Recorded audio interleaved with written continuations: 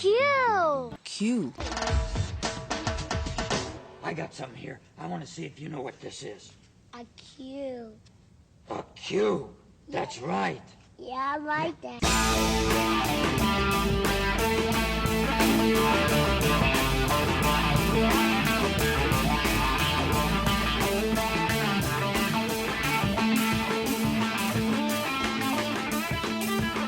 Hello and welcome from deep inside Jolly Roger's studio. This is the Q Filmcast. And whether you're with us online worldwide or perhaps nationwide on one of our affiliate stations, thanks as always for tuning in. If you're not aware, we are the show which brings to you our review every week of a particular film currently streaming on Netflix Instant. We gather here, Jolly Roger's studio, where we go around the table to tell you what we thought. That and our weekly top 3 list, always inspired by the movie in question. And this week, the movie in question is the much-awaited and much-hailed 2007 P.T. Anderson film, There Will Be Blood.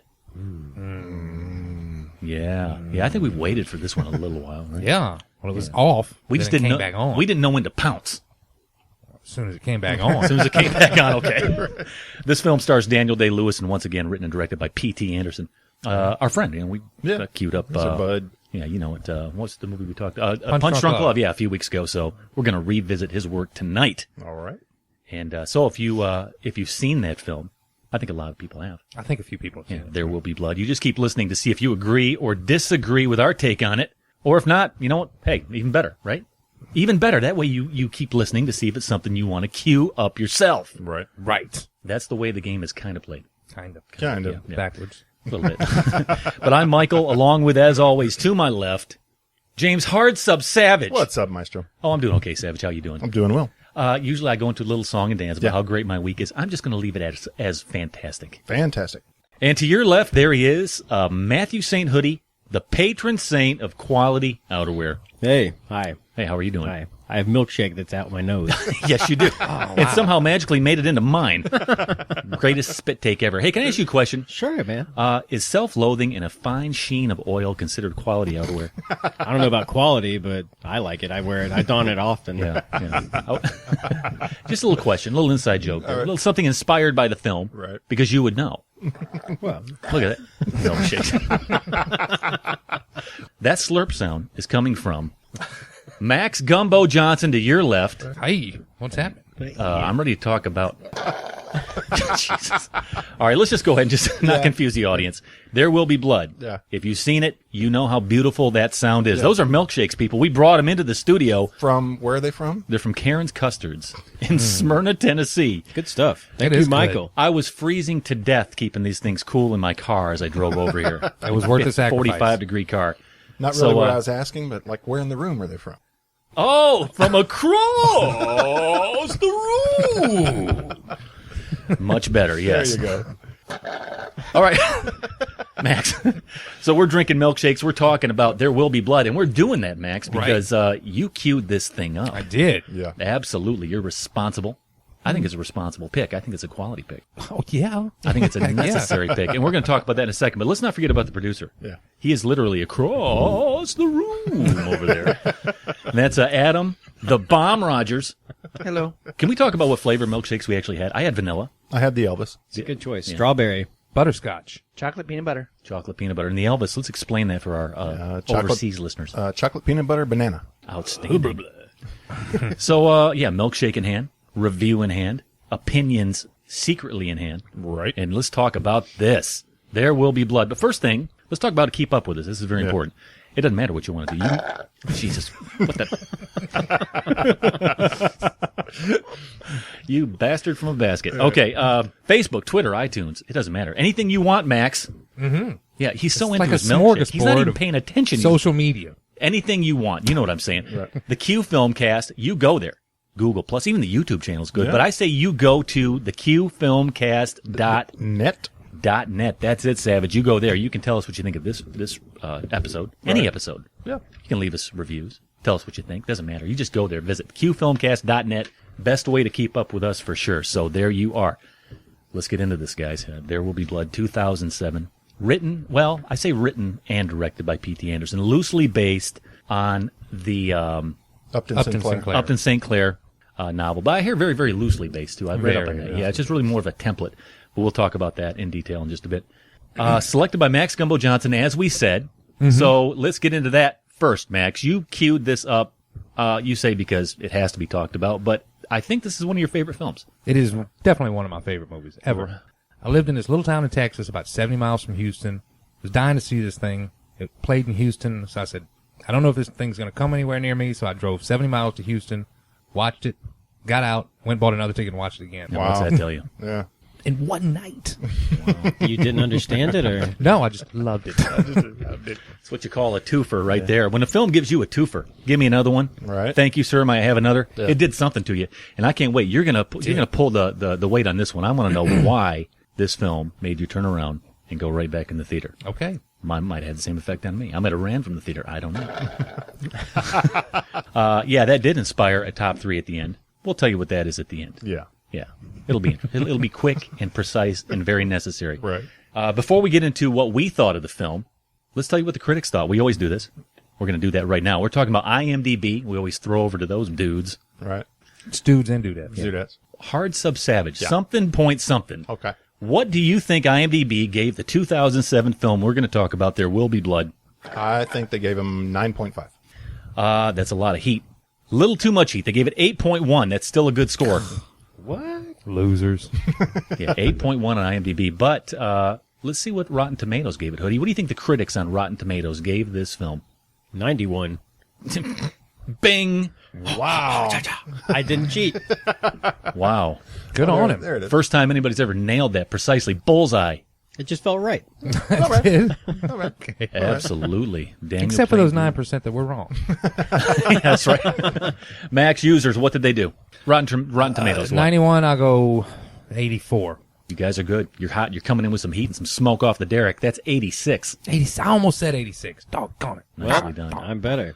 I know you are. So here's what we do here. We're going to talk about the film. Briefly give a synopsis. Right. Tell you what it is. I think a lot of people know, but we're going to say it a certain way. And then we're going to take a break, take a quick trailer, drink some milkshake, come back and tell you our opinion. So, yeah, I'll step up to the plate and do this one here. This is what you have. 2007, There Will Be Blood. Writer-director Paul Thomas Anderson steps outside of his contemporary world to explain a very different, dysfunctional man. An oil pioneer whose trailblazing spirit is equaled only by his murderous ambition. There Will Be Blood is Anderson's loose adaptation of the novel Oil by Upton Sinclair. It's pronounced oil. Oil! It's pronounced oil! Oh! Actually, I sounded more like Bane there than Daniel Plainview. I got my Bane down. I need to work on my Plainview. Yeah. Max, you have that. I'm going to throw over to you all night for that one. By Upton Sinclair, and it focuses its attentions on Daniel Plainview, played by Daniel Day-Lewis. A miner who happens upon black gold during a disastrous excavation that ends up in his broken leg. Pulling himself up from the bowels of the earth, both literally and metaphorically, Plainview embarks on a systematic and steadfast approach to mastering the oil business, using plain speak and straightforward language. Plainview launches a campaign to convince small-town property owners they should let him drill their land. Without him, they won't have the equipment to access the profit beneath their feet. He builds an empire his way, and gradually becomes obsessed with the intrinsic value of power, growing increasingly fierce and paranoid in the process. But Plainview does meet his match in Eli Sunday, played by Paul Dano, a teenage preacher and soul wrangler in the small California town of Little Boston, who is more than satisfied to make him squirm for the bounty that flows below them. Plainview must suffer the opposing whims of this prophet, whose legitimacy is questionable at best, and it's unclear if either man is prepared to pay the humiliating price the other wants to extract. I really want to see this. That sounds like a good movie. Dang it, I kind of want to see it now, too. I'm like, that is a good film. Right. My God. Max, if you suck that anymore, you're going to have a lot of drainage. I'm almost drainage. Yeah, there will be drainage. There will be no milkshake, but there will be a trailer, and that is right here. We'll come back and tell you what we thought. 2007, There Will Be Blood. Ladies and gentlemen, I've traveled over half our state to be here tonight. I'm a family man. I run a family business. This is my son and my partner, H.W. Plainview. We offer you the bond of family that very few oilmen can understand. I do my own drilling, and the men that work for me work For me, and they are men I know. Tell me something worth hearing. This money's yours. What would you say for a fair price for this one?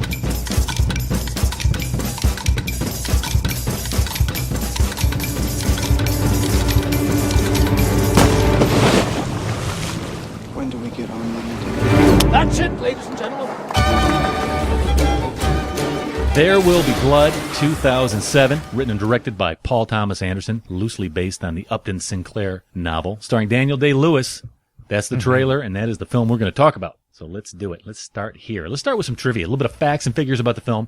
Okay. Just to set the tone, because we do that every week, Max. You know We do. this. I know. We do. Let's But go. You're aware of this, right? Let's go. Did you know Dylan Feaster, who plays my son, H.W. Plainview, the son of Daniel Day-Lewis, did you know he was not an actor? He was an elementary student near the film's West Texas shooting location. His mother had no idea who Daniel Day-Lewis was, so she rented a copy of Gangs of New York. Bad move. She saw Day-Lewis playing Bill the Butcher, terrified her. She said, my son, I don't want him working with this man. So Daniel Day-Lewis, in an attempt to woo her back, sent her a copy of The Age of Innocence. All right. That would terrify me more. I don't want my son being like that. I would have gone Last of the Mohicans. Yeah, right. You think so? My left foot. Anyways, that's how he wooed her into letting Dylan Feaster play H.W. All right. Here's a piece of trivia that a lot of people know, and I think it's extremely interesting, because this film is always in reference to another movie that came out and actually won Best Picture that year, No Country for Old Men. Yeah. These two films are kind of like Peas and carrots. Carrots and peas. Johnny and May.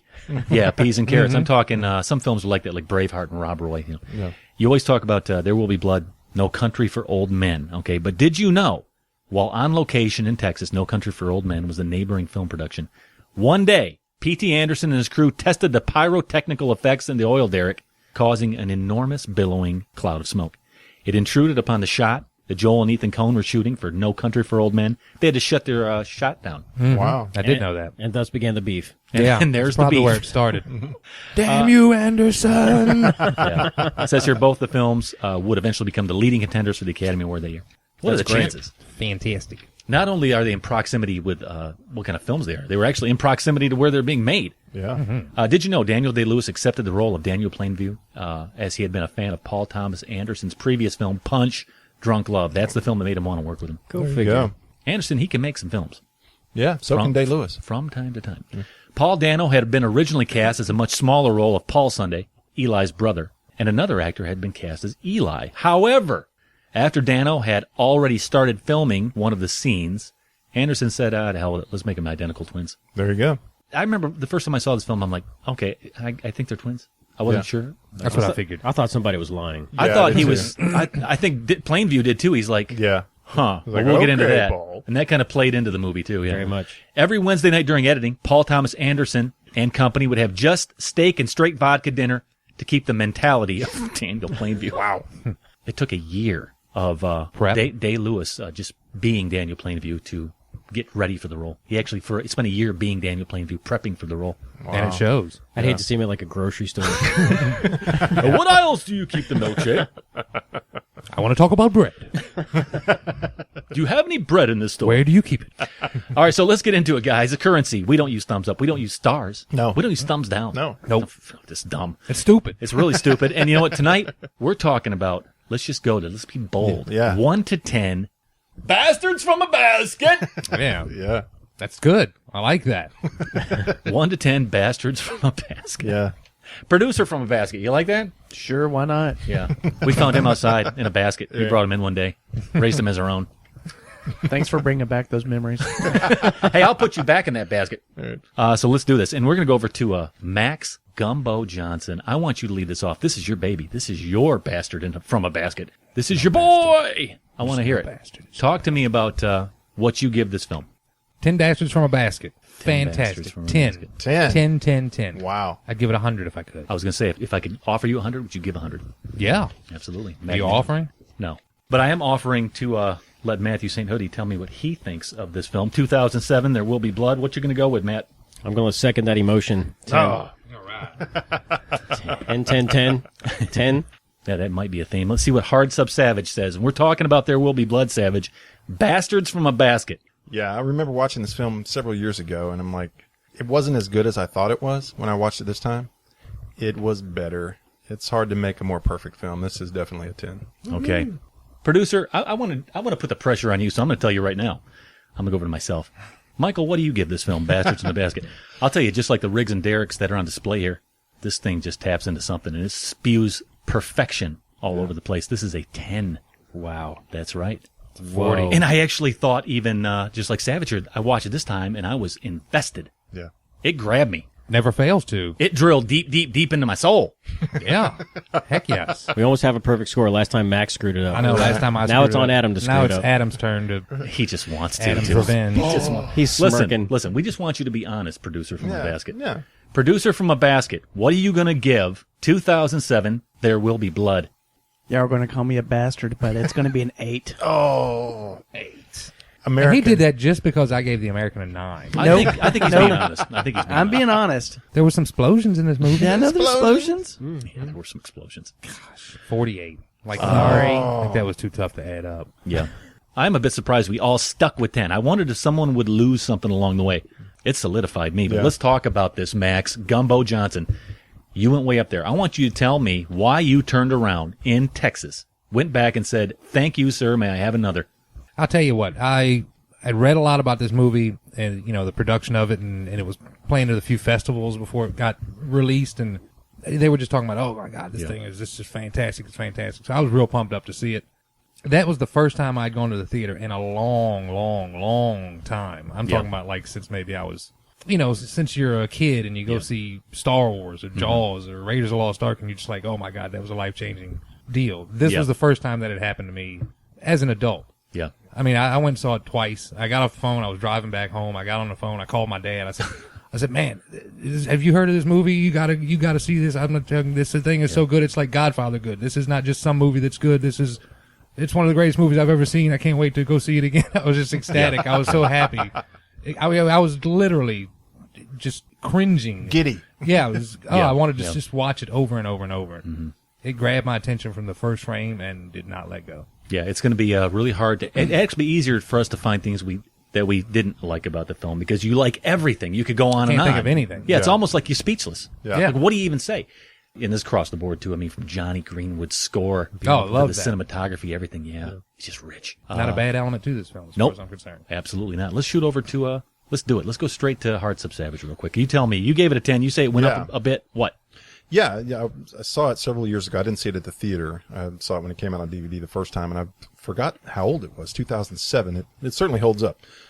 I remember it being really good then, but when I watched it this time, I was astounded at just how good it is at everything across the board. Mm-hmm. There's not a wasted shot. There's not wasted lighting. The costuming is brilliant. The set design is immaculate.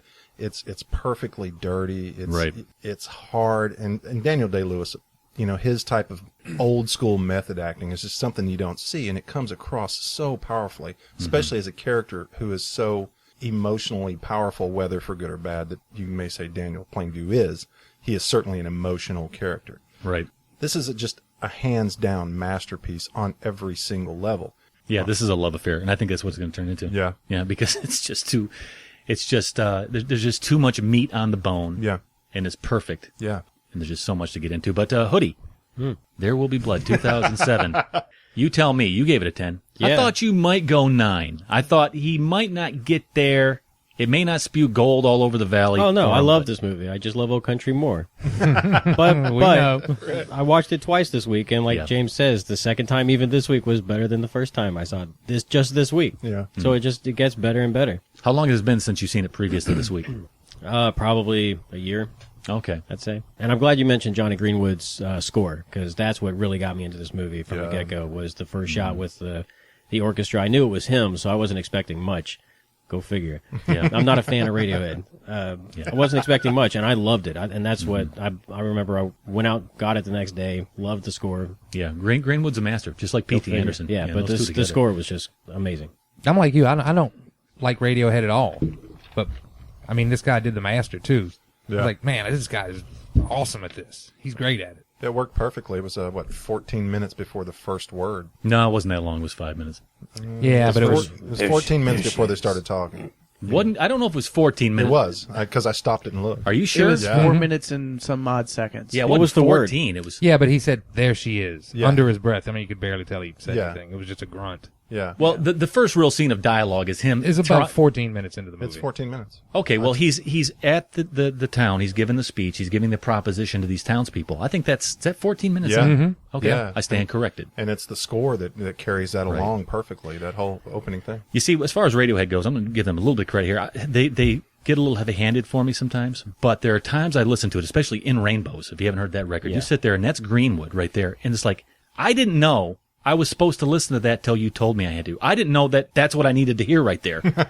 And I think he does that in this film. I mean, the score rounds it over, man, because continually I said, I didn't know I had to have that, and you gave it to me. Yeah, especially when HW loses his hearing and he's carrying it back. Just the percussion that's happening is it's broken. He's using different time signatures. It's nuts. It's weird. Drives me nuts. It does drive me nuts. Great. Listen, I'm going to get into this thing real quickly as far as what I want to get off my chest with this film. This film is about the death of a man's spirit, not his body so much. That's what I liked about this film, that unique aspect there.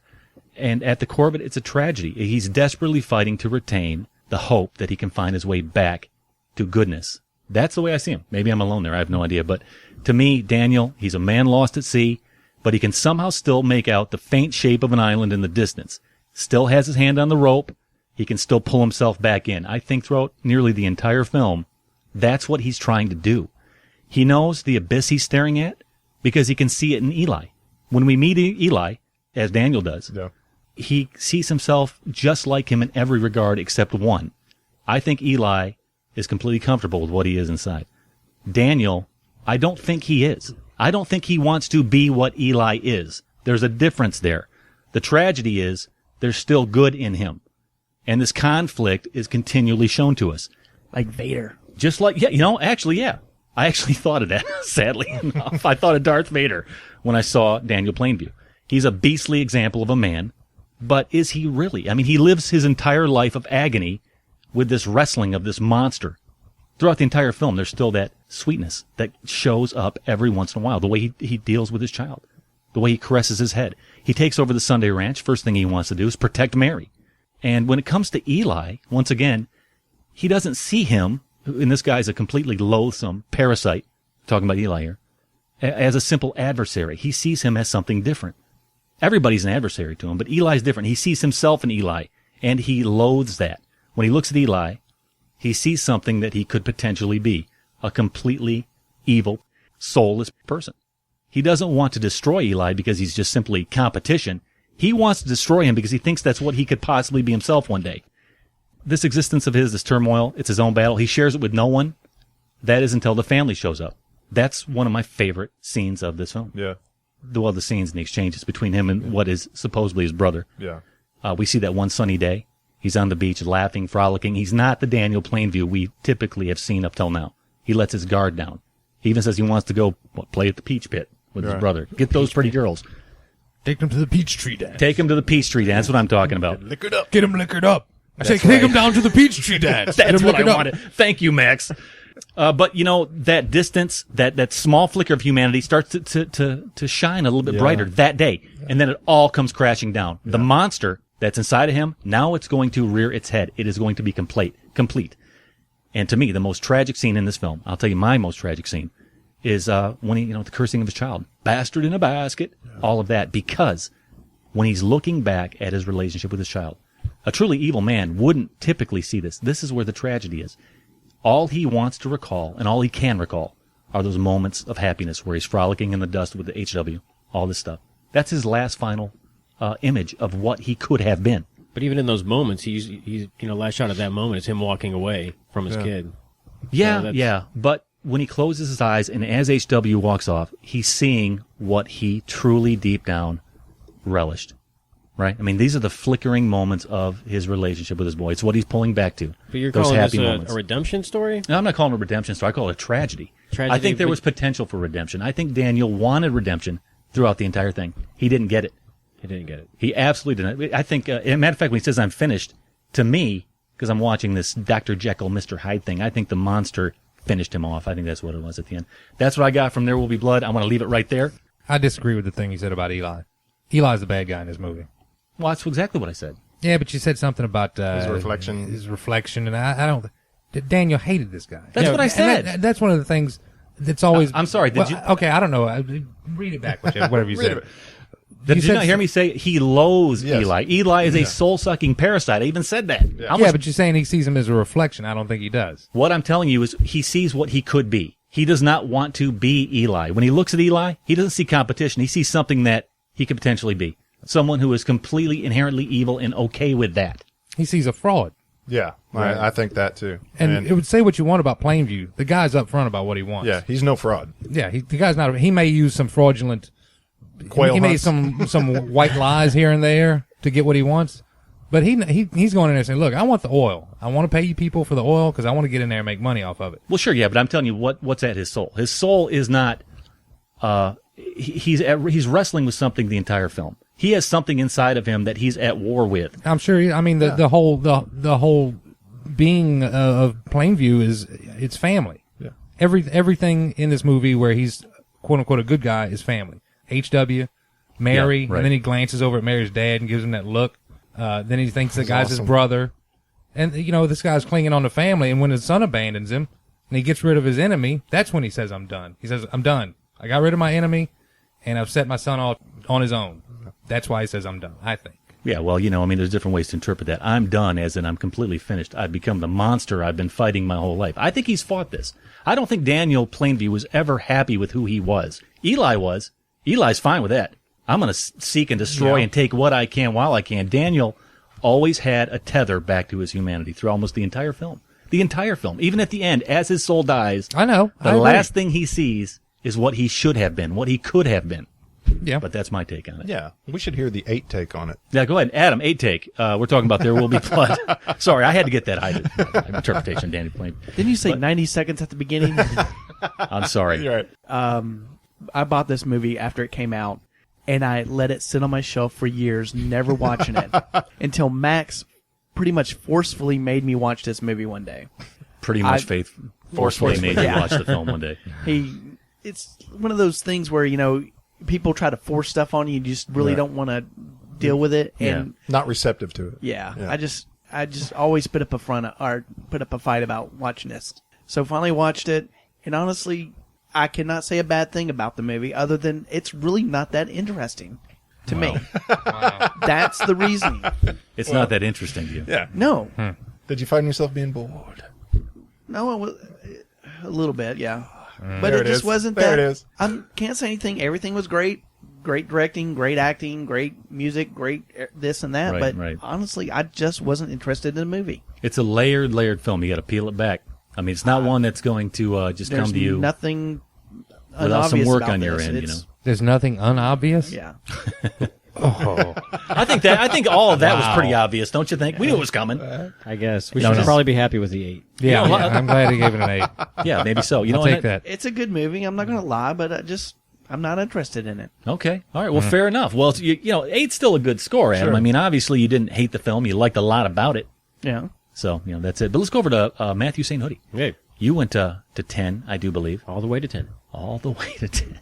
Yeah, well, just listening to you guys talk, one of my favorite things about this movie is just how many interpretations you can have with it. Yeah, that's one of the best parts of watching this movie. You can watch it with a different eye and get just as much out of it in every viewing.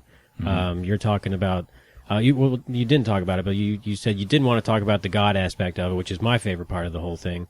And then you got the capitalist side, which is, it's very there. You can't overlook that. Then you have capitalism versus religion. Capitalist versus the stockholder. Right. All this stuff is in there. So it's just The amazing. regular person, It's all there. So it's really just so open to interpretation. That's the most beautiful thing about this movie. How many other movies can even boast that? Not many. No, See, I grab onto the angle of what's inside of him. That become very much what I grabbed onto. And what really stirred me was what's in him. Yeah. I'm sorry. Well, No. I mean, he even says that there's a competition in him. Right. That's what's inside of him. I mean, maybe he begrudges that, and maybe he wishes he was a little more light, but that's just not his nature.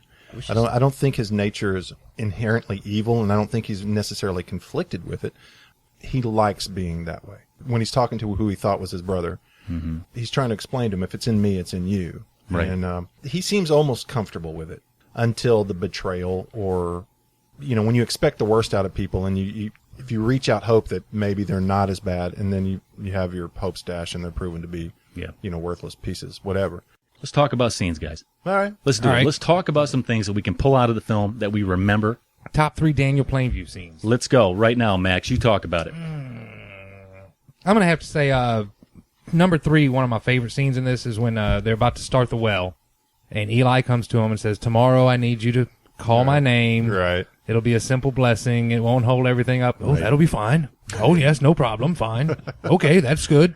Blah, blah, blah. They go on, and then they get up to the well, and he calls Mary up there. Yeah. And Eli's just standing there with his hands down at his waist, staring at him. He gets Mary up, and he says his little deal. Yeah. Lets Mary go start the well, and then he says, we've got refreshments, and everybody walks off. Yeah, the best part too was Eli just standing there staring. And you knew it was on. Yeah, It was but he on used right there. Eli's words too. He's like, Mary, That's right. daughter of these hills. That's right. That's exactly right. And did you pick up the Ray Hoodie right there? Now it's on. Now this battle's begun right there. That was beautiful. Yeah. Yeah. I love that scene because here's my take on just real quick on this. I remember when this movie came out, everyone says, "Oh, he's created one of the greatest villains to ever hit the screen." I went to see it, and I said, "Oh, they must be talking about Eli, Right. because he's the bad guy in this movie, Absolutely. as far as I'm concerned. No doubt about it. Oh, yeah, absolutely. He's way worse a guy than Plainview. Yep. I mean, even his name, Plainview. Look, I am what you see, what you get. This is me. So, I mean, there were no preconceived notions about Plainview. He said, he says, "I'm going to get you this." And he did it. He built them schools. He got them housing. He did everything he said he was going to do. Eli was just a scheming little bastard. He was a soul sucker. Yeah, I hated him. Yeah. That's my number 3 scene. Yeah. I like the way it's going. Let's talk about our top 3 scenes. Hoodie, what about you? Common thread. Eli's in a lot of my favorite scenes. Go figure. My number 3, I guess, if we're doing that way, would be the arthritic demon scene where he had to banish Get the out, demon. ghost. That was Get out, that was the creepiest thing. Just him screaming and hearing his voice just go into just supernatural places. He killed that. That was fantastic. Sometimes... Get out!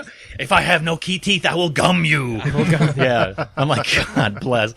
There is one, I'm not even call it a knock. Do you know that there are a lot of people who say that was terribly miscast, Paul Dano? And I don't get that. No. I thought he did a great Perfectly job. cast. Perfectly How is cast. that?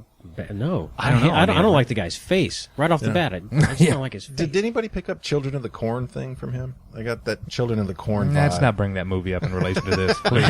Malachi? Yeah. Please, enough. Nightmares, Max? Nightmares. I recently watched about 30 minutes of it. It's one of the worst movies I've ever seen. It's terrible. It is pretty bad. But you're talking about Eli here and the Paul Dano character.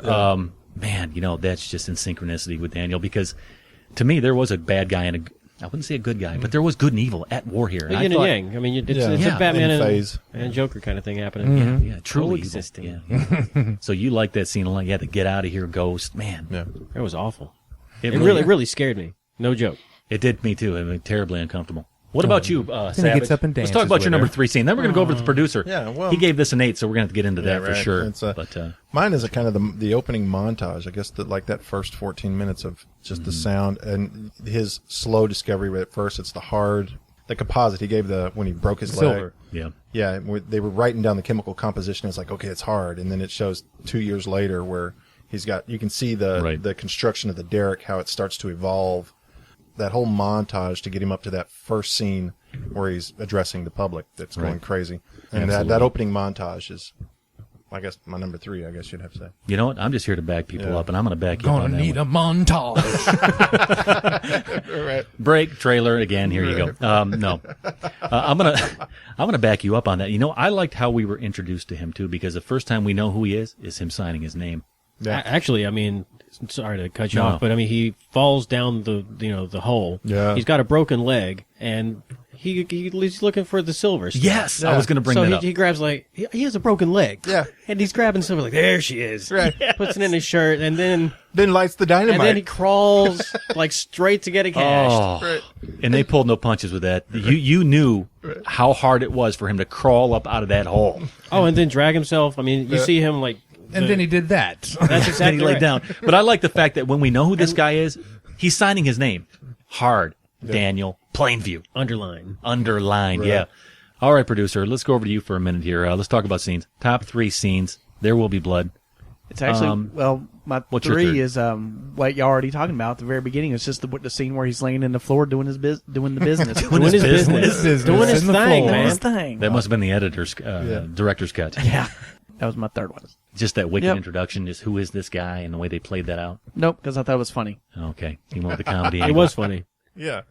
He's got a broken leg, and he's laying on the floor like that. Just hands behind his head. We're looking not at a caring picture, the world. by the way. I literally had a hard time watching It that. was pretty brutal. Let's go over to number 2 scenes, though, Max.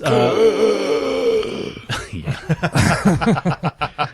As he's reaching for silver, still looking for the big score. Max, number 2 scene from There Will Be Blood, Paul Thomas Anderson's 2007 film.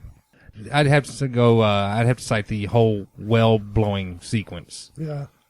From start to finish. I mean, you had talked about this earlier, that how the music just starts out, and it just gets insane and crazy from there. You know, it goes to from them dropping that thing down the well, the oil comes shooting up, blows HW off the roof, knocks him 50 feet into the ground, and they hurry up and run out there and grab HW and bring him back in. Then he's got to run back out and check on the well. And you know, the other thing about that scene, if you notice, it was shot when it started. It was daylight. Yeah. By the time it was done, and he was sitting in front of the fire, Yeah. and his partner, I can't remember his name, Elliot or whatever, comes up and says, "Oh, is HW all right?" "No, he's not." Yeah. And that's where the scene literally ended, except for when he told him to go in and The next put the morning, dynamite in yeah. the next morning. Yeah. Blow the well. It's funny how you remember those things, too. He must have sat there all night. He Still probably sitting in that did. chair. And just how he took those hands and just said forward like he gave orders to an army, you know. I love that whole sequence, and that's the other thing I like about this. There's short scenes, but every scene in this movie is a pretty extended piece of film. Yeah. I mean, like the opening montage. I guess you could call that one scene. Yeah. But the well blowing scene that goes on for 6-7 minutes. Long time. The townspeople at the beginning. That's another 7-8 minute scene. All these scenes are substantial amounts of information, not just some little idea that you get and then move on, MTV style. It never felt unnecessary, though. Oh no, it never felt like it dragged at all. Not for a second. Not for me. No, what So about the you? well blowing scene. What about you, Number two. Savage? Where he's meeting with Standard Oil. And The he's napkin? No, not the napkin. You mean the When napkin on the he's face? First meeting, when he's first meeting with him, and he's like, "Well, we'll make you a millionaire from second to second." And what would I do with myself? Take care of your son. boy. Exactly what he I'm did with going himself to at come the into end. your house and slit your throat. I'm going to come into your house, see, and I'm going to sneak into your I'm bedroom. going to find and you I'm wherever slit you your throat. live. I love that. I mean, it was so intense and out of left field. And the guy was like, "What?" If I've offended you, I apologize. That is a pretty wicked scene. Trying to tell me how to raise my family. Yeah.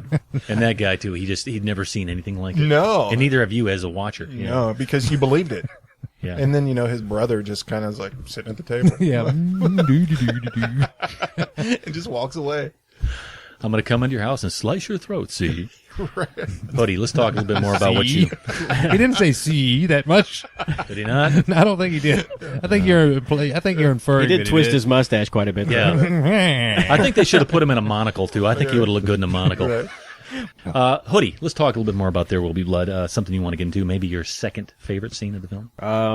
Baptism was a running theme through the whole thing, so Yeah. it'd have to be the baptism. Oh, yeah. Which I loved at the beginning scene that HW was baptized with the oil. Mm-hmm. Loved Oh, it. as the baby, yeah. Yeah, and then when Eli comes to Plainview and says, where's our money? Yeah. Right. And he pushes him into the oil Yeah. and picks up the mud in the oil and just starts smacking him in the forehead with it. Right. I thought that was fantastic. And then that's echoed with Plainview's baptism with Right. Eli just smacking him in the face. Yeah. Beautiful. Loved it. Little bit of trivia on that I was reading about.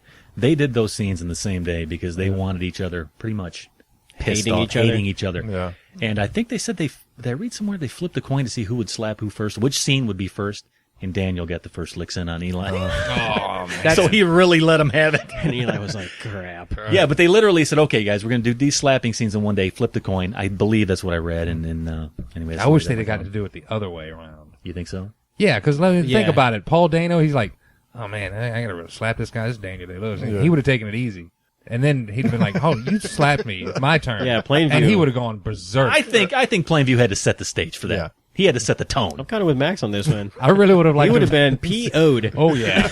He's like, I was gonna hit you hard before. Now I'm really gonna hit you. He's so good at that. I've got my Bane down. I can't do plain view. That's my second favorite scene too. I was just When- going to go. Yeah. Producer, what you got? I just said it. Okay.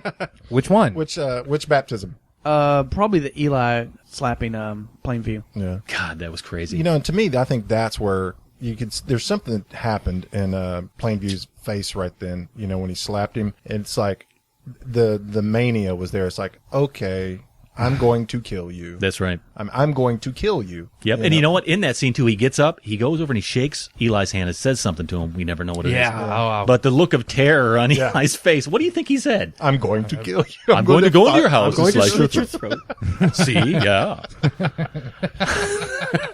But there was a joy in that. I mean, there was a joy. It's like, okay, I'm going to kill this guy.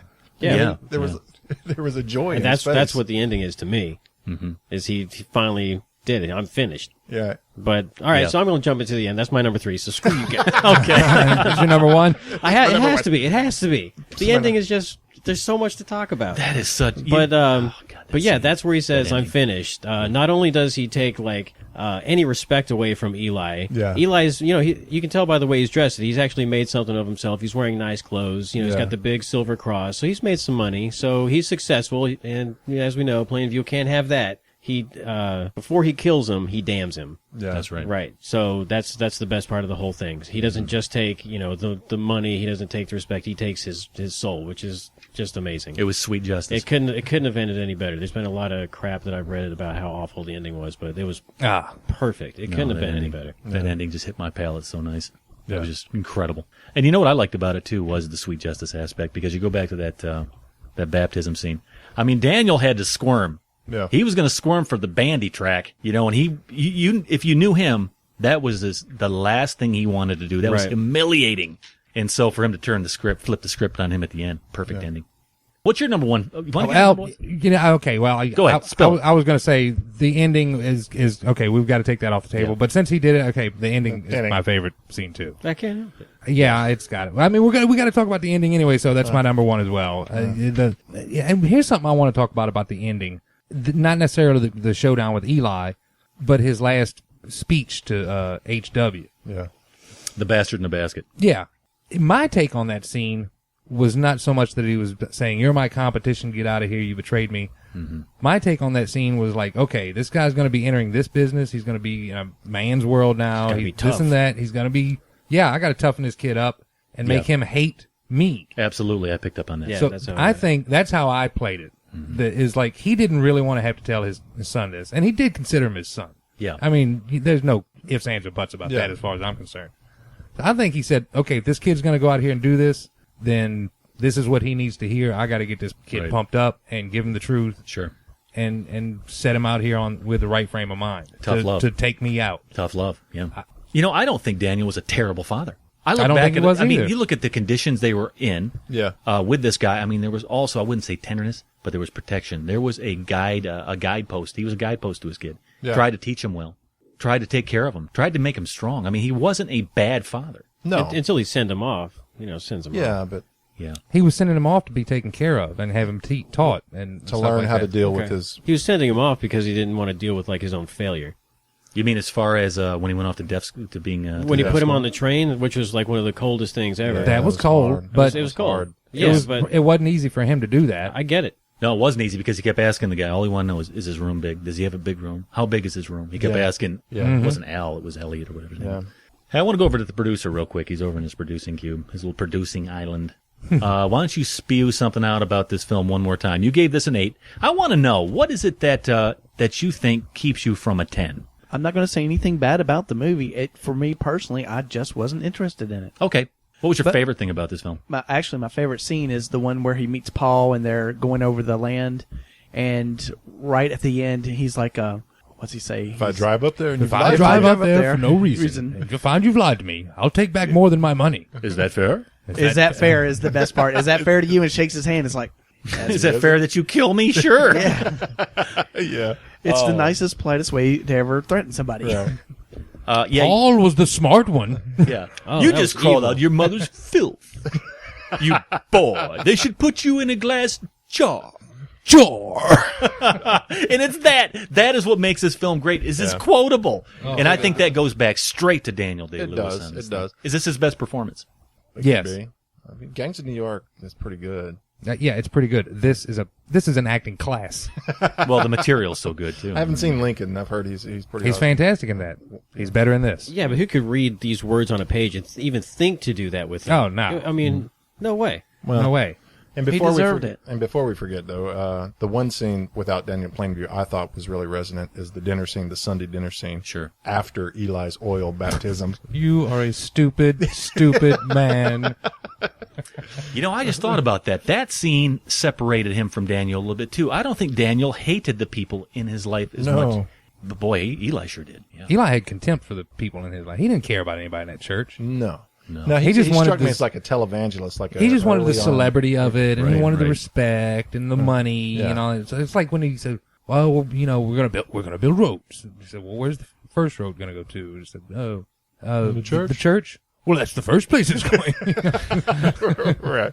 What do you guys, Savage? What other thing you want to get into with this film? There Will Be Blood, 2007, Paul Thomas Anderson. Again, I mean, we're just picking the ripest of a ripe tree here. Everything is great. I liked the brother. I liked his feigned meekness, and I liked how he kind of pleaded at the end there. I mean, when he knew the jig was up, it was just like, "Let me go, Just let me go. I thought that was Daniel's last hope at possibly becoming something better. He had some family he could rely on. He had Yeah. some family that could bring him back. Yeah, because it's a family affair. Well, he thought he did too.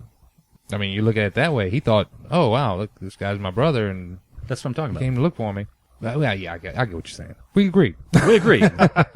Thank you. One thing I want to bring up is all the obvious references to Kubrick in this film. You mean as I can far see it as in A lot of the technically, shots really. and stuff like that. Well, I mean, there is a bit of a Kubrick thing going on there for Very- sure. I'd say very much, yeah. Yeah. I mean, that's when I was watching this, that's all I thought about was this is obviously a Kubrick or a love of Kubrick films. I'll bet you there was a lot of a reference there. Maybe P.T. Anderson defaulted back to a lot of that work to pull some inspiration. Especially the ending scene in the Yeah. bowling alley. Very much. Yeah. from. Yeah. Well, did anybody pick up any CGI in this at all? I'm sure there was something I put in looked- there CGI. If it was pretty flawless. The closest thing I could pick out is maybe the other two derricks when they had three rigs going, but But why would you need a CGI? doubt it. no, that? that's what I'm asking. It's because I kept going back to the set design because I'm kind of in the trades. I don't like it when mechanical things are obviously fake. I can't imagine they wouldn't have actually built those. Exactly, and and it was so flawless and it was so well crafted. Then the entire film was well crafted, but I keep going back to the set design and the cinematography. Speaking of the set design, here's one of the things I didn't pick up on it right away. It's one of these things that sort of creeped into my head as I've watched it over and over and over. I don't know how many times I've seen this thing. Every movie you've seen like this where it's like, all right, this is a boom town where it's just they just find all this oil and it ends up like this paint your wagon scenario. There's 100 people walking through the street and they're all singing and they got these bright clothes on and everybody's throwing money at strippers. There was none of that stuff going on in this. No. It was, I mean, he got there.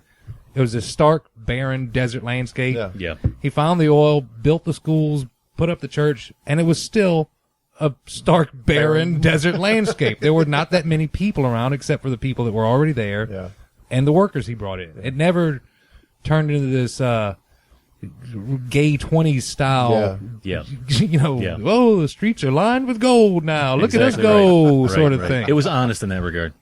Any other movie of this type, someone of a lesser director, I think a lot of them would have gone for that. Say, oh, look at how great everything is, and Yeah, This is some of the best cinematography I've ever seen. it really is. This won the Academy Award. I can't remember the guy's name. Everybody defaults back to two things that make it over the top perfect, and that is the, once again, score Yeah, and cinematography. it's absolutely beautiful to watch. I believe that was Robert Elswit. Yeah, I think it was. Well, he won the Academy Award for it. Yeah. And about halfway through the film, I thought, okay, I'm not just watching, well, that's a good looking film. I'm going to really study how good this is. Yeah, What about you, Hoodie? What do you have to add technical-wise from this film? Technical, nothing. On board? Nothing, All aboard? I can't add anything to what you guys have already said. I think I agree completely and God no. Oh. Hey, back to that baby. You brought this up good. Very well. He brought that up good. You know what? You brought that up so good. It just felt good. Let me rephrase. You brought up a good point. Is that better? yeah. There you go. You brought up a good thing. Earlier in the film, when you talk about H.W. being baptized as a baby, I guess what I'm taking from that is this was one of his workers. Actually, that was his dad. was his dad. Yeah, he died in the beginning in the well. Yeah. Got crushed by something in the head. Got hit in the head. In the head. With Right. the spike. They had this little commune going, and that's where Daniel took over the parenting responsibilities of HW. Would an evil man do that? Yeah, would an No. evil man do that? That's my point right there. This is my son, HW. You know, I think I haven't really revealed my favorite scene. I'm going to do my favorite scene inside the favorite scene. I could say the ending, but to me, the one that almost made me stand up and cheer was when he reveals to Eli, "Oh, no, it's fine. Those wells have already been drained. Thank you." After he makes him go through all Through this all that, humiliation, right. he put him right back in the seat he put him in earlier. Yeah. I literally almost want to cheer for that. Probably my most hated person I've ever seen on film. Hate this guy. Pretty All my sleazy. favorite scenes, man. He was Pretty in sleazy. pretty much all my favorite scenes. Producer, I want to ask you about that bowling pin scene. Did you see that coming? No. You had no idea he was actually going to bludgeon him to death with a bowling pin. No. Did you like the build up with the bowling balls he was throwing? And Yeah, I think that scene was great. Yeah. What else do you mean to say? Nothing. That's Squealing okay. like a girl. And he does the yeah, he Planet was of the Apes thing on him at the squealing. end. Hey, did you notice too when he's throwing those bowling balls? There's one great shot. It's just a still shot, and it's when I guess he's Kubrick. very Kubrick-ish for It sure. was- Yeah, it was Kubrick. But apparently a glass of milk or something gets knocked over by a bowling ball and it splashes onto the camera. Yeah. And it oozes down the camera. they did that with oil earlier Did in that the with movie. oil, too, yeah. It just works, man. I don't think the oil one was on purpose, though. I'm sure it wasn't. There will be milk. I'm sure the milk one wasn't either. Okay, well I'll tell you what. Let's go ahead and wrap this thing up, guys. We could go on and on. Yeah. We could talk for a day. I Maybe Could be a literally thought two-parter. we would make this a two-parter. Maybe we should do a Q after hours. Yeah, there you go. We'll do a Q after Sounds hours. dirty. Ooh, I got candles. I wonder if it'll be perfectly dirty. Matt, bring the scented oils. Perfectly dirty. Oh, I had one question. Why was this movie rated R? Heavy themes. Heavy themes. We always default back It to says heavy it on themes. here for some violence. Well, he bludgeons a guy to death with a bowling pin. What are you talking about? Did you see Indiana Jones and the Temple of Doom? He ripped the Yeah. guy's heart out. A little was bit still of camp beating. there, you know. I would tell you this much. If I sent my kid to this film, I'd be slightly concerned how it could damage him. I mean, what if he turns out like one of these people? Heavy themes. It's Heavy just themes. Oh, I would too heavy encourage my themes. kids to watch this movie. I'll tell you what, that's it for this one. Let's wrap this thing up, guys. Okay. We could go on for days. We have to make the hard decision to quit now. We can 2007. keep talking after we stop Right. recording. 2007, There Will Be Blood. That's what this was. My God, what a great conversation. I love talking about this film. If you haven't seen it, do it. Stop what you're doing. Right now. Go watch it. Netflix. Instant streaming. We'll wait. That's what we do.